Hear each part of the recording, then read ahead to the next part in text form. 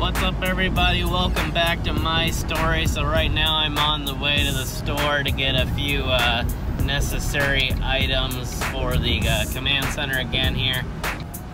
Hoping maybe to pick up a few things for some upcoming videos as well. I kind of had a cool little experiment that I thought would work really neat on my story, so I might try that. Possibly, we'll see.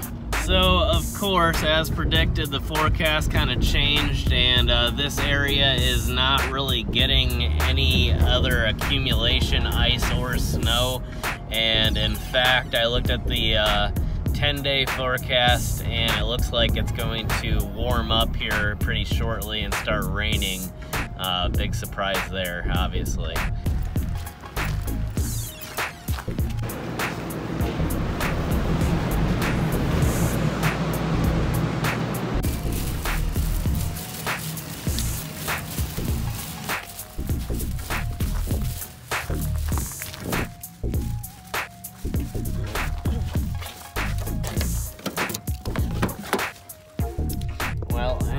Getting a lot more than I intended, but that's okay. I think it'll really turn out kind of neat. I'm hoping I'll be able to end up using it on video, but I'm gonna wait. So I'm gonna head back and try it now. Might introduce a little bit of different lighting. Not many people do this style of lighting, but I like trying new things. I like trying different things. This isn't exactly new though.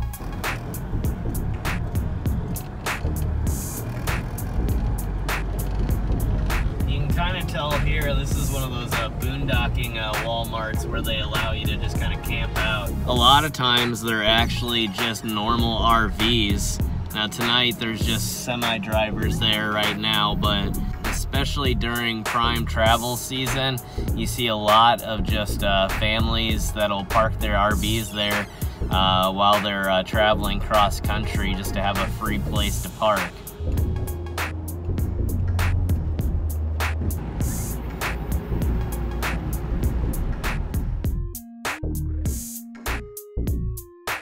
Alright, we are back at the command center, a successful shopping trip. I ended up picking up a few of these handy little command hooks for some better cable management. That was one of the last great organizational hurdles I had here at the command center, was figuring out how to organize all the cables that I needed to be plugged into the computer as well as the ones that didn't.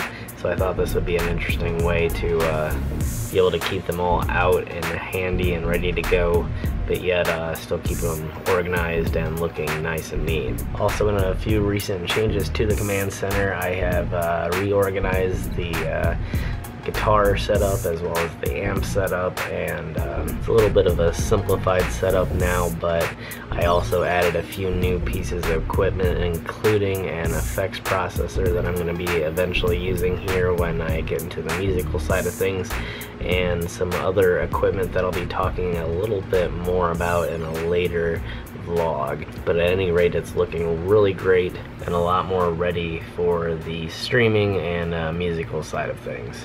Also, as I talked about in a previous vlog, it might have been yesterday, I can't really remember, it's getting hard to remember which vlog is which now, but at any rate, I had hinted to the fact that I was organizing everything so that I could have my equipment ready to use on hand or to pack into a bag and take with me if I was heading out on the road. And so here's what I'm looking at so far. I've got not all of my equipment is here on these shelves, but for the most part I've gotten a lot of the equipment that I'm using currently, as well as I got out a lot of my older film cameras, and I'm hoping to start using some of those a little bit more frequently as well.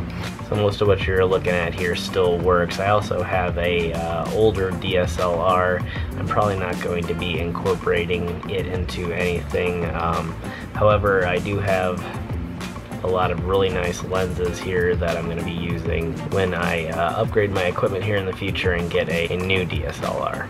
I also found this cheap old camera, but it still has film loaded in it and it's never actually been exposed, so I thought it'd be kind of fun to go out and expose all this film and see what kind of images I can actually get. It's probably been in this camera for over 10 years, waiting for the pictures to be taken. So I might have a fun little Instagram blog here in a few days and go out and try and get some neat pictures on this camera, and then get them into digital format and online. Anyway, we'll see how the weather treats us tomorrow and hopefully get back out on the road, and hope you have a great night.